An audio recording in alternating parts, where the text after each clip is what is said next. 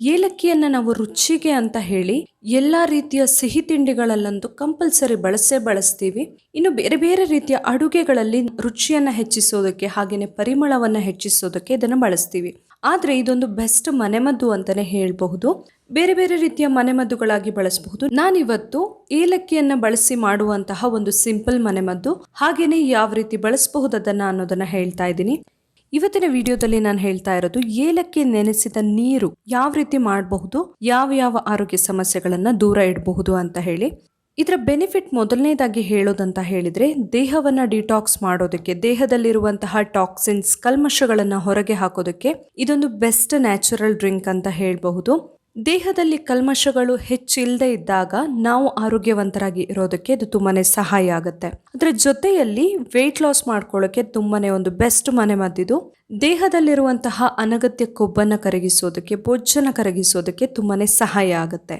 ಇನ್ನು ಡಯಾಬಿಟಿಕ್ ಪೇಷಂಟ್ಸ್ಗೆ ಕೂಡ ತುಂಬಾನೇ ಒಳ್ಳೆಯದು. ಖಾಲಿ ಹೊಟ್ಟೆಯಲ್ಲಿ ಇದನ್ನು ಕುಡಿಯೋದ್ರಿಂದ ರಕ್ತದಲ್ಲಿನ ಸಕ್ಕರೆ ಪ್ರಮಾಣವನ್ನು ನಿಯಂತ್ರಣದಲ್ಲಿ ಇರಿಸಿಕೊಳ್ಳೋದಕ್ಕೆ ತುಂಬಾನೇ ಸಹಕಾರಿಯಾಗಿರುತ್ತೆ ಇದು.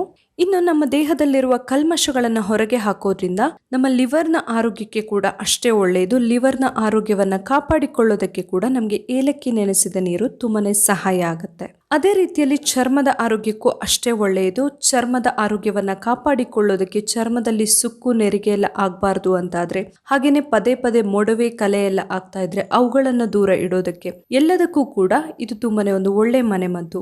ಇನ್ನು ಜೀರ್ಣಕ್ಕಂತೂ ಏಲಕ್ಕಿ ತುಂಬಾನೇ ಒಳ್ಳೆಯದು ಅಂತಾನೆ ಹೇಳ್ಬಹುದು. ಸೊ ಜೀರ್ಣ ಸಂಬಂಧಿ ಸಮಸ್ಯೆಗಳೇನಾದ್ರೂ ಇದ್ರೆ, ಗ್ಯಾಸ್ಟ್ರಿಕ್ ಆಸಿಡಿಟಿ ಎಲ್ಲ ಇದ್ರೆ ಎಲ್ಲದಕ್ಕೂ ತುಂಬಾನೇ ಸಹಾಯ ಆಗುತ್ತೆ. ಹಾಗೇನೆ ವಾಂತಿ ವಾಕರಿಕೆ ಎಲ್ಲ ಇದ್ರೆ ಅವುಗಳನ್ನ ದೂರ ಇಡೋದಕ್ಕೆ ಕೂಡ ಒಂದು ಬೆಸ್ಟ್ ಮನೆಮದ್ದಿದು.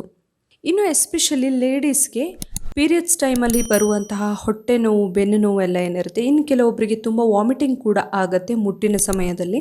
ಇವುಗಳನ್ನೆಲ್ಲ ದೂರ ಇಡೋದಕ್ಕೆ ಕೂಡ ಒಂದು ಬೆಸ್ಟ್ ನ್ಯಾಚುರಲ್ ಡ್ರಿಂಕ್ ಇದು. ಇದನ್ನು ಹೇಗೆ ರೆಡಿ ಮಾಡಬಹುದು ಅಂತ ನೋಡೋಣ. ಫಸ್ಟಿಗೆ ನಾನಿಲ್ಲಿ ಒಂದು ಏಲಕ್ಕಿಯನ್ನು ತಗೊಂಡಿದ್ದೀನಿ. ಏಲಕ್ಕಿಯ ಸಿಪ್ಪೆಯನ್ನು ಬಿಡಿಸ್ಕೊಳ್ಬೇಕು.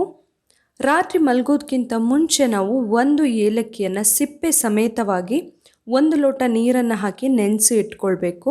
ಬೆಳಿಗ್ಗೆ ಏಳುವಷ್ಟರಲ್ಲಿ ಇದು ಚೆನ್ನಾಗಿ ನೆಂದಿರುತ್ತೆ. ಬೆಳಿಗ್ಗೆ ಎದ್ದವರು ನಾವು ಆ ನೀರನ್ನು ಕುಡಿಬಹುದು.